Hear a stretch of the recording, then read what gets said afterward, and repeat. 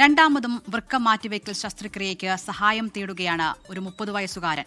വൈക്കം തോട്ടകം സ്വദേശി അഖിലിനാണ് വീണ്ടും വൃക്ക മാറ്റിവെക്കൽ ശസ്ത്രക്രിയ വേണ്ടി വന്നിരിക്കുന്നത്. ഭാര്യ വൃക്ക നൽകാൻ തയ്യാറാണ് എങ്കിലും ആവശ്യമായ പണമില്ലാത്തത് തിരിച്ചടിയാവുകയാണ്. 2016 തോട്ടകം സ്വദേശിയായ അഖിലിന്റെ വൃക്ക ആദ്യം മാറ്റിവെക്കുന്നത്. അന്ന് അച്ഛൻ തന്നെയാണ് മകന് വൃക്ക നൽകിയത്. പിന്നീട് അഖിലിന്റെ ജീവിതം സാധാരണ നിലയിലേക്ക് തിരിച്ചുവന്നു. എന്നാൽ അടുത്തിടെ വീണ്ടും വൃക്ക തകരാറിലായി.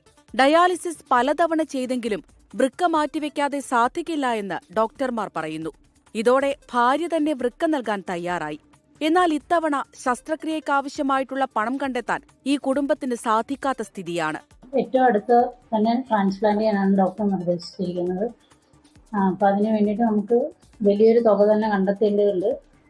നിലവിൽ ആള് ഡ്രൈവറാണ്. നമ്മുടെ വീട്ടിലെ കാര്യങ്ങളെല്ലാം ആ രീതിയിലാണ് മുമ്പോട്ട് പോയിക്കൊണ്ടിരുന്നത്.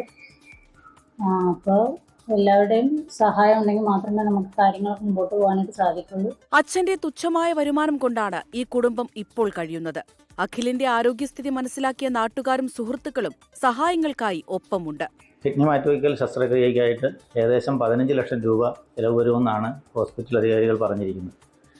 കൂലിപ്പണിക്കാരനായ അഖിലിൻ്റെ അച്ഛൻ സോമനും മറ്റ് ജോലികളൊന്നുമില്ലാത്ത അഖിലിൻ്റെ അമ്മയ്ക്കും വൈഫിനും ഏക വരുമാന മാർഗമെന്ന് പറയുന്നത് അഖിലിൻ്റെ അച്ഛൻ സോമൻ്റെ കൂലിപ്പണിയിൽ നിന്നിട്ട് വരുന്ന വരുമാനമായിരുന്നു. അതും ഇപ്പോൾ കാര്യമായ തൊഴിലില്ലാതെയും അദ്ദേഹത്തിന് സർജറി കഴിഞ്ഞതിനാൽ ആരോഗ്യ പ്രശ്നങ്ങളുള്ളതുകൊണ്ടും വളരെ ബുദ്ധിമുട്ടിലാണ് കുടുംബം കഴിഞ്ഞുകൂടുന്നത്.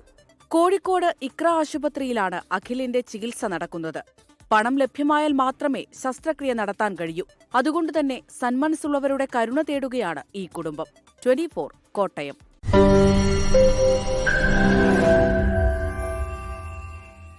ലോകത്തെവിടെയായാലും ഏത് സമയത്തും 24 വാർത്തകളും ഓഗ്മെന്റഡ് റിയാലിറ്റി പാക്കേജുകളും എക്സ്പ്ലെയിനറുകളും വിശദമായി കാണാൻ ഞങ്ങളുടെ യൂട്യൂബ് ചാനൽ നിങ്ങൾക്ക് സബ്സ്ക്രൈബ് ചെയ്യാം.